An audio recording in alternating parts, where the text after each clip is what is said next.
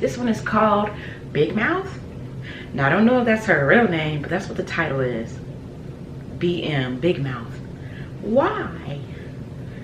Hello, Tatillo. Welcome, bienvenue, you guys. Welcome to your girl's channel. We will break it down, see if I get the full meaning of the idea, see how she comes in. This one's called Holy Dog, Saintly Horse. Okay, that is a title. Let's go. First time ever reacting to this artist, so let me know the first time you guys, how you guys felt when you first heard it, the meaning and all that.